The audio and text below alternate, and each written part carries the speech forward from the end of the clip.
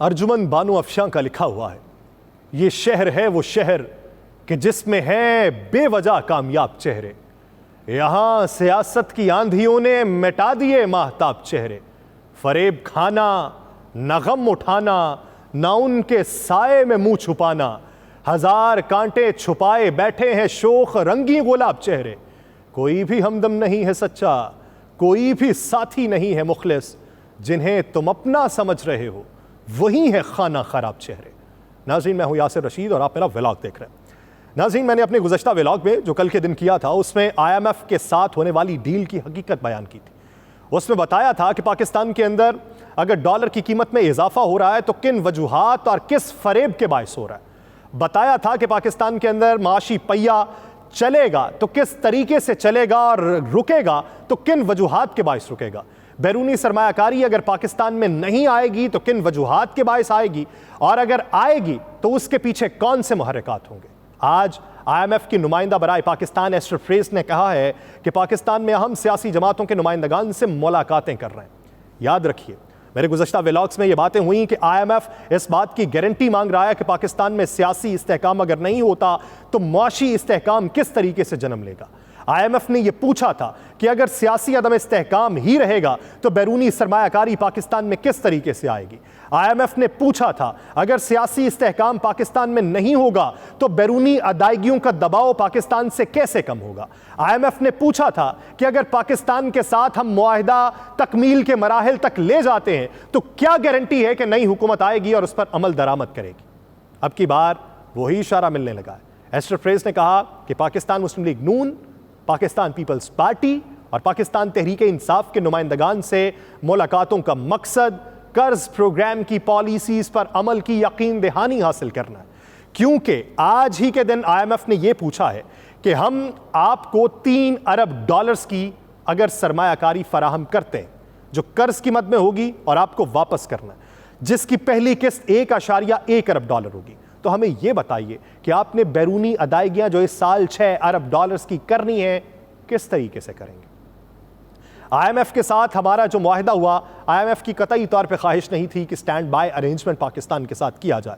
जब आप एक प्रोग्राम को नामुकम्मल छोड़ देते हैं तो IMF उस मुल्क के साथ अगला प्रोग्राम करने में हीलो हुज्जत से काम लेता है। अब की बार भी हीलो हुज्जत से ही काम लिया गया, और जब मामला इस नहज तक पहुंचा कि IMF को दिखाई देने लगा कि पाकिस्तान डिफॉल्ट हो जाएगा और अगर डिफॉल्ट हुआ तो मंजरनामा तब्दील हो जाएगा, बैरूनी अदायगियों के SOPs तब्दील हो जाएंगे, TORs तब्दील हो जाएंगे, तो IMF ने पाकिस्तान के साथ स्टैंड बाय अरेंजमेंट किया। उस स्टैंड बाय अरेंजमेंट की अभी जो मंजूरी है वो 12 जुलाई को एग्जीक्यूटिव बोर्ड ने देनी है। अभी सिर्फ स्टाफ लेवल का मुआहिदा है। उसके बाद अब यकीन दहानियों का वक्त आया, और वो यकीन दहानियां पाकिस्तान के तमाम पॉलिटिकल स्टेक होल्डर से IMF को दरकार है। IMF अगर इन तमाम स्टेक होल्डर से मुलाकातें कर रहा है तो इसके पीछे का मंजरनामा क्या होगा, सोचिए। वही मंजरनामा जो अपने गुज़श्ता व्लॉग्स में दे चुका हूं कि अगर IMF की डिमांड रख दे कि अभी मुंतखब हुकूमत नहीं आएगी, और अगर मुंतखब हुकूमत नहीं आएगी तो आइन में कौन सी गुंजाइश निकाली जाएगी कि यह हुकूमत बैठी रहे। अगर यह हुकूमत घर चली जाती है तो आइन में कौन सी गुंजाइश निकाली जाएगी कि निगरां हुकूमत आए और बैठी रहे। क्या मुआशी इमरजेंसी का नफाज किया जाएगा, और अगर मुआशी इमरजेंसी का नफाज किया जाता है तो ये जो ख्वाब इस वक्त आंखों में सज रहे हैं, जिसका तकिया आवाम का वोट नहीं है, जिस पे आवाम की हिमायत हासिल करने का कोई नहीं सोच रहा, सिर्फ अपने तई बैठ के अपने नुमाइंदगान को फिक्स करने की बात हो रही है, ये मुस्तकबिल कहां पे जाएगा। वो ख्वाब चकनाचूर हो जाएंगे।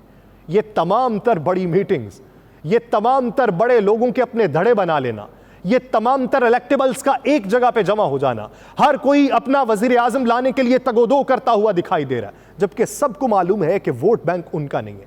सबको मालूम है कि पाकिस्तान का मुआशी मंजरनामा उनके हक में नहीं है। सबको मालूम है कि ये अवाम उन पर इक्तफा नहीं करेगी। सबको मालूम है कि हम आजमाए हुए हैं। सबको मालूम है कि हमारी दूसरी बार आने की नवीद हम नहीं सुना सकते, हमारा एग्रीमेंट नहीं सुना सकता, कोई और ताकत सुना सकती है। और अब अगर उनके ऊपर IMF मुसल्लत होता है, अब अगर उनके ऊपर बैनुल अक़वामी एस्टैब्लिशमेंट मुसल्लत होती है तो मुल्क के अंदर सियासत का मुस्तकबिल क्या है। IMF के नुमाइंदा ने मजीद कहा कि इंतखाबात से पहले प्रोग्राम के मकासद के हुसूल के लिए हिमायत हासिल कर रहे हैं कि कोई भी हुकूमत अगर मुंतखब आती है तब बैरूनी अदायगियों का तरीका कार क्या होगा, तब तजारती खसारे को कम करने के लिए इकदाम क्या किए जाएंगे, तब तवानाई के सेक्टर में किस तरीके से फरोग दिया जाएगा और 3 खरब 50 अरब का 18% का खसारा किस तरीके से कम किया जाएगा, तब जो टैक्स कलेक्शन है जो 9,200 से 9,600 अरब तक रखी गई है उसकी बेस को किस तरीके से बढ़ाया जाएगा, तब बैरूनी सरमायाकारों को पाकिस्तान में किस तरीके से राग़िब किया जाएगा, तब यूएई के साथ आप पाकिस्तान में सरमायाकारी का जो प्लान बना रहे हैं उसकी एग्जीक्यूशन किस तरीके से होगी, तब सी पैक के मुस्तकबिल के हवाले से किस तरीके से अमल पैरा होंगे, तब अपनी एक्सपोर्ट को किस तरीके से बढ़ाया जाएगा और उसको इन्हेंस किया जाएगा, तब बार्टर सिस्टम के तहत किस तरीके से अपनी अशिया को बैरून मुमालिक पहुंचाया जाएगा और आप अपने अंदर कैपेसिटी क्या रखते हैं कि अपनी ज़रई अजनास को बेहतर किया जा सके, जिसके तनाजुर में अब पाकिस्तान के अंदर ज़रई पैदावार में इजाफे के लिए बैरून मुमालिक से एग्रीमेंट हो रहे हैं। वो एग्रीमेंट क्या देरपा होंगे, कलील मुद्दत होंगे, वो एग्रीमेंट किसी की आंखों में धूल झांकने के मुतरादिफ होंगे या उसकी हिकमत अमली तवील मुद्दती होगी, वो एग्रीमेंट अवाम की बेहतरी के लिए होंगे या एक इंतखाबात की तगोदो के लिए होंगे, ये बुनियादी तौर पर सवाल है। पाकिस्तान के अंदर पूरे स्ट्रक्चर को तब्दील करने की ज़रूरत है। हम बैरूनी सरमायाकारों को पाकिस्तान में राग़िब करने की कोशिश करते हैं, हम उन्हें कहते हैं कि आप पाकिस्तान में इन्वेस्टमेंट करें, लेकिन हम उनका एतमाद इस तरीके से बहाल नहीं करते कि वो बैरूनी कंपनियां पाकिस्तान में आती हैं, वो आती हैं जदीद खदूद पे उस्तवार होकर अपना काम करने वाली, और हम इधर रिवायती तरीकों से काम करना चाहते हैं। वो आते हैं बैनुल अक़वामी स्टैंडर्ड्स को अपनाए हुए और हम यहां के मकामी स्टैंडर्ड्स को अपनाने से गुरेज करते हैं। वो आते हैं हकायक के ऊपर और अपनी परफॉर्मेंस के ऊपर वहां से चीजें उठाने के लिए और बोली के अंदर अपना आप मनवाने के लिए, और हम यहां पे बोली में किक बैक्स वालों को फैसिलिटेट करने की कोशिश करते हैं। तभी बैरूनी सरमायाकार पाकिस्तान में आते हैं, देखते हैं कि अगर 100% सरमायाकारी करना होगी तो उसमें से 30% किकबैक्स की सूरत में वापस करना होंगे, तो 70% सरमाए के ऊपर हम वो स्टैंडर्ड को किस तरीके से मीट कर सकते हैं। यहां का जो इन्वेस्टर है, यहां का जो ठेकेदार है, वो स्टैंडर्ड मीट नहीं करता, और उसके लिए यही है कि अगर मैं 70% सरमायाकारी कर रहा हूं, 70% अपने खर्चे लगा रहा हूं, तो फिर मैं 70% से कम सतह पे ही मटीरियल लगाऊंगा। लेकिन बैरूनी सरमायाकार जो आते हैं वो ये समझते हैं कि अगर हम उससे कम मटीरियल लगाएंगे तो बैनुल अक़वामी सतह पे हमारे स्टैंडर्ड के ऊपर हर्फ आएगा, इसलिए बैरूनी सरमायाकार यहां से चले जाते हैं। क्या हम अपना निज़ाम बेहतर कर चुके हैं? क्या बैरूनी सरमायाकार अगर पाकिस्तान में आए तो उन्हें हिफाजती हिसार फराहम कर सकते हैं कि उनका सरमाया पाकिस्तान में महफूज है?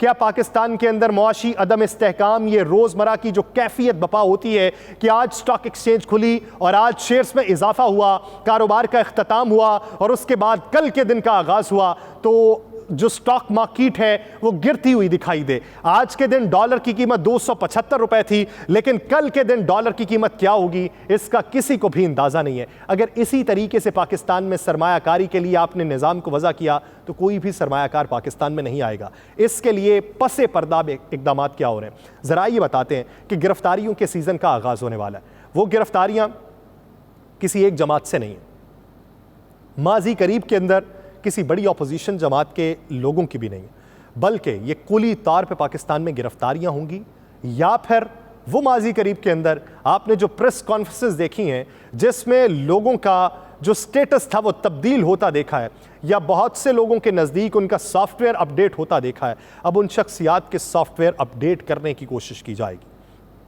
क्योंकि ये मामला इस हद तक बढ़ चुका है, मुआशी दगरगूं सूरत हाल इस हद तक हम पे मुसल्लत हो चुकी है कि इसके लिए प्लान ये बनाया जा रहा है कि वो लोग जो सट्टेबाजी में मुलव्वस हैं, जो मार्केट से डॉलर उठाते हैं और उनको स्टॉक कर लेते हैं और फिर अपनी मंशा के मुताबिक मार्केट के अंदर डॉलर के रेट को कंट्रोल करते हैं, उन लोगों को उठाया जाएगा, उन लोगों से बाज़पुरस की जाएगी।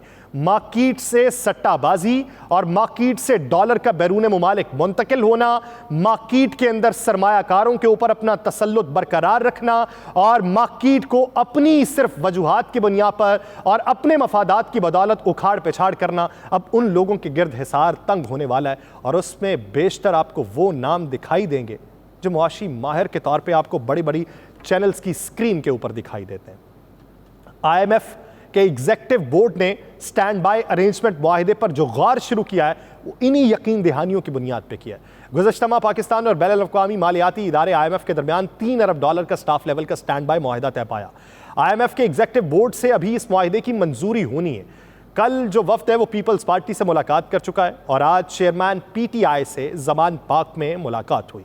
इस हवाले से तहरीक इंसाफ के रहनुमा हम्माद अजहर ने बताया कि तहरीक इंसाफ से चंद रोज़ पहले IMF की टीम ने राबिता किया है। IMF के साथ 9 माह का स्टैंड बाय मुआहिदे का मुसव्वदा अगले हफ्ते IMF के बोर्ड के सामने वाशिंगटन में मंजूरी के लिए पेश किया जाएगा। इस सिलसिले में तहरीक इंसाफ से मुआहिदे की हिमायत के लिए दरख्वास्त की गई है। हम्माद अजहर ने कहा कि इस सिलसिले में आज IMF की टीम ज़मान पाक में पार्टी चेयरमैन से और उनकी मुआशी टीम से मुलाकात करेगी और मुलाकात में IMF के पाकिस्तान में मौजूद हुक्काम शिरकत करेंगे और बैरून मुल्क में मुकीम हुक्काम वर्चुअल मुलाकात के जरिए मौजूद होंगे। ये भी एक नई नज़ीर है। माजी के अंदर सिर्फ वज़राए ख़जाना पेश होते थे और सिर्फ उन्हीं के साथ अरेंजमेंट कर लिया जाता था और किसी एक तरफ से यकीन दहानी ली जाती थी। अब मंजरनामा तब्दील हो रहा है। ये मंजरनामे को तब्दील करने के पीछे मुहर्रिकात क्या हैं वो जानने की ज़रूरत है। वज़ीर आज़म के कोऑर्डिनेटर बराए मईशत व तवानाई बिलाल अज़हर कियानी ने IMF वफ़द की ज़मान पाक आमद और हम्माद अज़हर के ट्वीट पर रद्द अमल दिया है।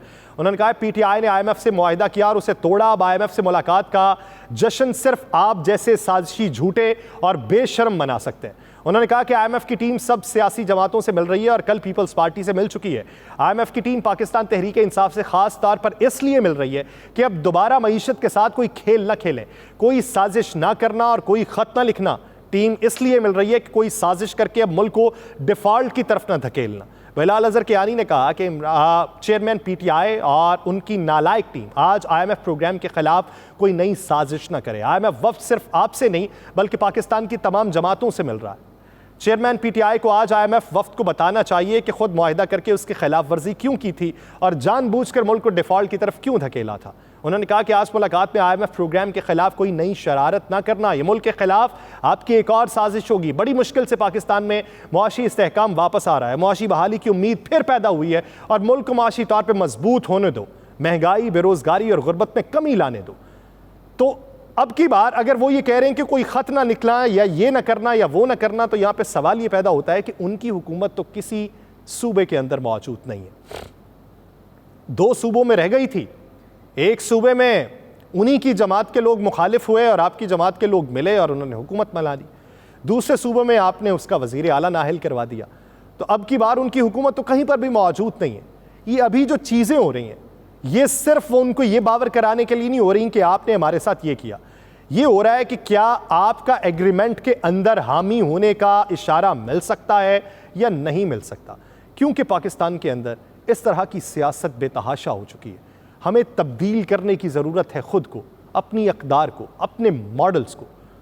सालों पहले जो कानून बनाए गए उस वक्त टूल्स कुछ और हुआ करते थे, उस वक्त हालात कुछ और हुआ करते थे। हम उन्हीं हालात के ऊपर अपनी सियासत को अब चला रहे हैं, उन्हीं हालात के ऊपर अपने आप को बढ़ावा देने के लिए अब काम कर रहे हैं। लेकिन हम जिद्दत पसंदी के साथ आगे बढ़ने की कोशिश नहीं कर रहे। हम भारत को क्रिटिसाइज तो करते हैं, भारत को दुनिया के अंदर बेनकाब करने की कोशिश तो करते हैं, लेकिन कभी ये नहीं सोचते कि भारत की मईशत किस सतह पे इस वक्त ट्रेड कर रही है, भारत का स्टैंडर्ड किस सतह को मीट कर रहा है। भारत अमेरिका के पास जाए और फाइटर जो जेट हैं उसके इंजन बनाने का एग्रीमेंट करे, भारत अमेरिका के पास जाए और नई टेक्नोलॉजी चिप्स बनाने का एग्रीमेंट करे, भारत अमेरिका के पास जाए और 2024 के अंदर स्पेस के अंदर मिशन में शराकतदार बन जाए, भारत अमेरिका के पास जाए और वर्ल्ड ट्रेड ऑर्गेनाइजेशन के 6 डिस्प्यूट हल कर ले। हम उससे मीट करेंगे। हम अपने खित्ते के मुमालिक के साथ अगर अपना तकाबुली जायजा लें, भारत को एक तरफ छोड़ दें, आप ईरान के साथ अपना तकाबुली जायजा लें, आप अफगानिस्तान के साथ अपना तकाबुली जायजा लें, आप बांग्लादेश के साथ लें, आप श्रीलंका के साथ लें जो डिफॉल्ट हुआ और उसके बाद अब फिर से मुतहम्मिल हो रहा है। देखिए कि उनके यहाँ शराय सूद कितना है, उनके यहाँ अफराते ज़र कितना है, उनके यहाँ पर कैपिटा इनकम कितनी है, उनके यहाँ जो आपकी प्राइस कंट्रोल कमेटीज़ हैं किस हद तक फाल है, उनके यहाँ IMF के पास जाने की किस हद तक तगोदो है। याद रखिए कि बांग्लादेश ने एक पुल बनाने के लिए वर्ल्ड बैंक से पैसे तलब किए थे, लेकिन वर्ल्ड बैंक ने उसे सियासत की नज़र कर दिया था। फिर हसीना वाजिद ने मुल्की वसाइल का इस्तेमाल करते हुए दरिया के ऊपर पुल बनाया और गुज़श्ता दिनों वर्ल्ड बैंक के हुक्काम से मुलाकात थी तो उसी पुल की तस्वीर बांग्लादेश की वज़ीर आज़म ने बतौर तोहफा वर्ल्ड बैंक हुक्काम को पेश की। ये होती है खुद मुख्तारी, ये होती है वहां की सोच, ये होती है नजरियात, ये होती है लोगों की लगन, ये होती है बैरूनी सरमायाकारी से खुद को फरागत हासिल करवाना, ये होती है दूसरों की तरफ तकिया किए बगैर अपनी हिम्मत मर्दा के ऊपर काम करना। आप फिर जिस तरीके से सरमायाकारी करते हैं और अपनी सरमायाकारी को जब मुल्क के अंदर नहीं रखना चाहते तो दूसरे सरमायाकार मुल्क में किस तरीके से राग़िब होंगे। लेवल प्लेइंग फील्ड जो इस वक्त बनाई जा रही है, ये लेवल प्लेइंग फील्ड किस हद तक लोगों को हुकूमत की तरफ राग़िब करेगी, किस हद तक जमहूरियत को फ़रोग़ देगी और किस हद तक मुआशी अज़ाब को टालेगी, ये वक्त ही बताएगा। लेकिन ये नया सेटअप है, हो सकता है ये नया तजर्बा कामयाब हो जाए और हो सकता है कि अगर ये नाकामी का शिकार हुआ तो हमारे लिए कोई जा न बचे। मुझे दीजिए इजाज़त, अल्लाह निगहबान।